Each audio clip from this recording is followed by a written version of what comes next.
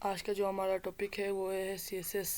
जैसा कि आप सब जानते हैं कि हमने प्रीवियस वीडियो में हमने आपको बताया था कि CSS की थ्योरी बताया था आपको कि CSS क्या होता है। तो हम शुरू करते हैं। What is CSS? CSS stand for cascading style sheet. CSS stand करते हैं कैस्केडिंग स्टाइल शीट से। CSS describe how HTML elements are to be described on screen, paper or in other media.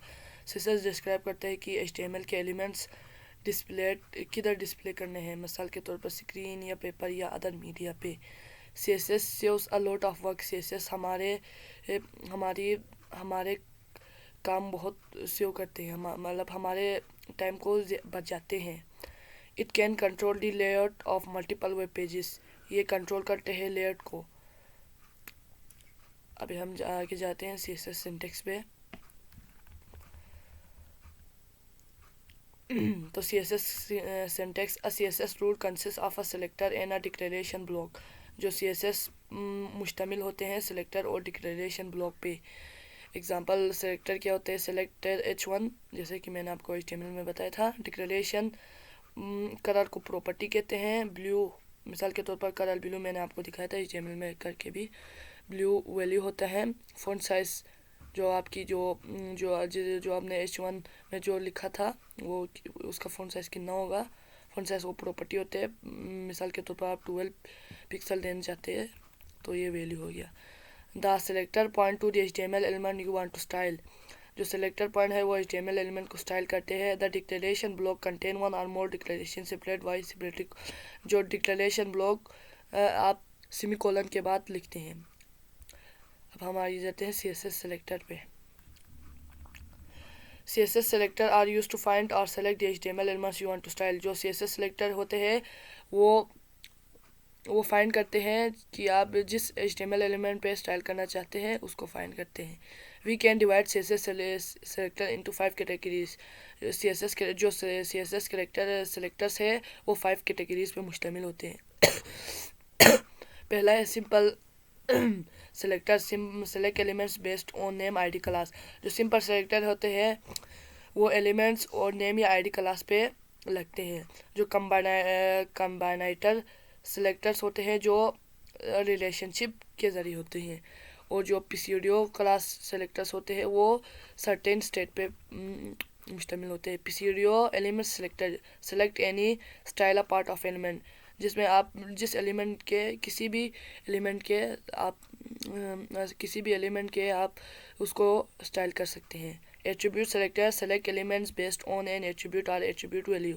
जो एट्रीब्यूट सेलेक्टर होते हैं वो आपके elements के attribute, जैसे कि मैंने आपको बताया था HTML में एट्रीब्यूट क्या चीज़ होते हैं, एट्रीब्यूट और एट्रीब्यूट रोल होते हैं।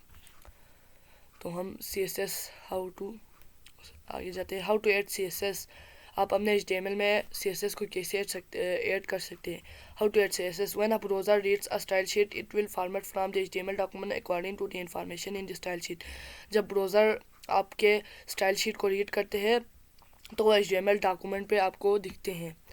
There are 3 ways of inserting a style sheet. CSS को लिखने के 3 किस्म होते हैं। पहला है एक्सटर्नल CS, फिर इंटरनल, फिर इनलाइन। एक्सटर्नल CSS क्या होते हैं? With an external style sheet you can change the look of an entire website by changing just one file. जो एक्सटर्नल स्टाइल शीट है उसमें आप अपनी वेबसाइट को चेंज कर सकते हैं एक फाइल के ज़रिए, जैसे कि डॉक टाइप HTML, जैसे कि हम आज अभी प्रैक्टिकल करते हैं। हम इसको कॉपी करते हैं, जैसे कि मैंने आपको बताया था कि आप अपने लैपटॉप में जाके विजुअल स्टूडियो कोड लिखे। मैंने आपको स्टेप बाय स्टेप बताया है कि आप इसको कैसे इंस्टॉल कर सकते हैं। तो हम विजुअल स्टूडियो कोड में जाते हैं जी। फिर हम इसमें एक नया फाइल बनाते हैं या हम इसी को ही रिप्लेस करते हैं, तो कंट्रोल भी करते हैं। जैसा कि आप देख सकते हैं डॉक टाइप HTML, फिर इधर लिंक देके है। आप CSS के लिंक देने के लिए आप क्या लिखेंगे? हेड। हमेशा जो CSS का लिंक होता है वो हेड के बाद आते हैं, यानी कि हेड के बाद आते हैं, हेड क्लोज से ऊपर आते हैं।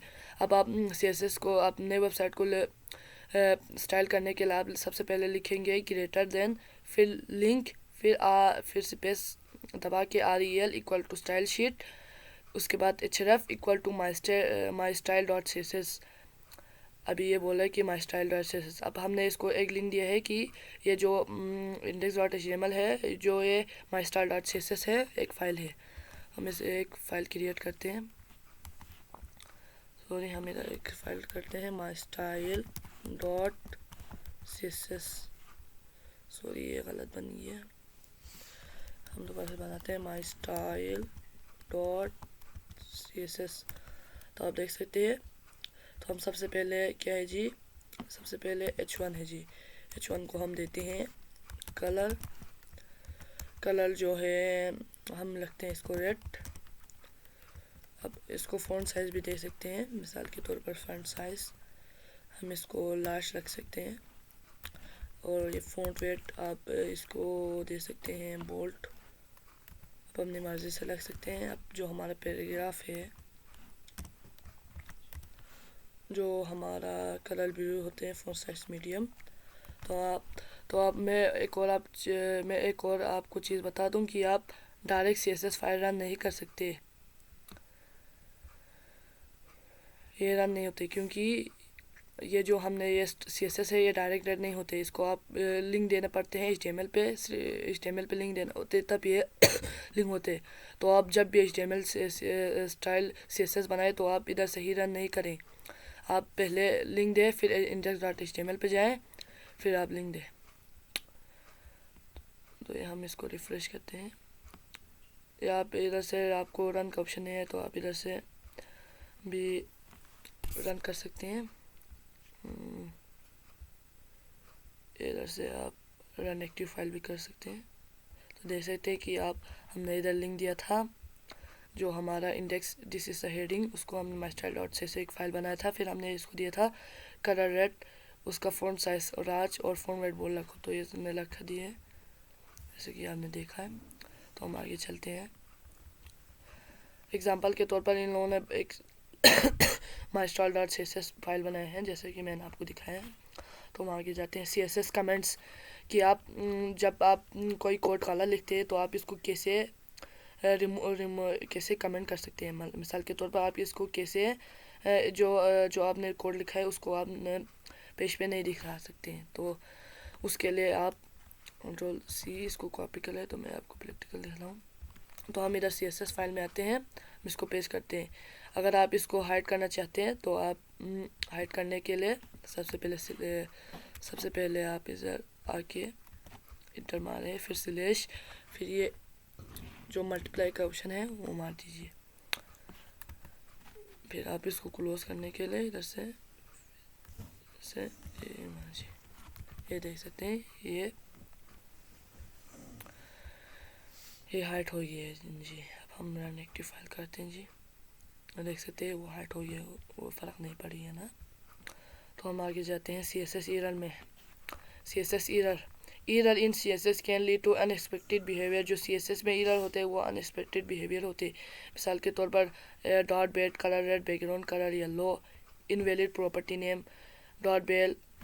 जो CSS में आप गलत कलर को COLR लिखेंगे तो वो आपके पेज को स्टाइल नहीं करेगा, क्योंकि आपने जब भी CSS लिखना है तो स्पेलिंग सही से लिखना है। इसमें आप COLR नहीं लिख सकते, क्योंकि ये कलर है तो ये नहीं लगेगा। ठीक है, CSS कलर में जाते हैं हम आगे। CSS colour in CSS colour are specified by using a predefined colour name. जो CSS कलर होते हैं वो प्री डिफाइंड कलर होते हैं। एग्जांपल टोमेटो भी होते हैं, ऑरेंज कलर कभी, डोकर ब्लू कभी। CSS background colour you can set the background colour for HTML elements, जैसे कि मैंने आपको बताया था कि आप कैसे कर सकते हैं। तो हमने HTML में पढ़ा था H1, फिर स्टाइल, फिर बैकग्राउंड कलर। अब हम CSS में टेक्स्ट को कैसे कवर करें ये भी मैंने आपको बताया है। हम आगे चलते हैं CSS बैकग्राउंड में। जो CSS बैकग्राउंड है, the CSS background properties are use to add background effect for element. जो CSS बैकग्राउंड होते हैं वो यूज़ होते हैं एलिमेंट्स को बैकग्राउंड देने में। तो बैकग्राउंड के कई टाइप्स है। बैकग्राउंड कलर होते हैं, बैकग्राउंड इमेज होते हैं, background repeat, background attachment, background position, background CSS background colour. Body जैसे कि मैं आप प्रैक्टिकल करता हूँ जी। हम CSS में जाते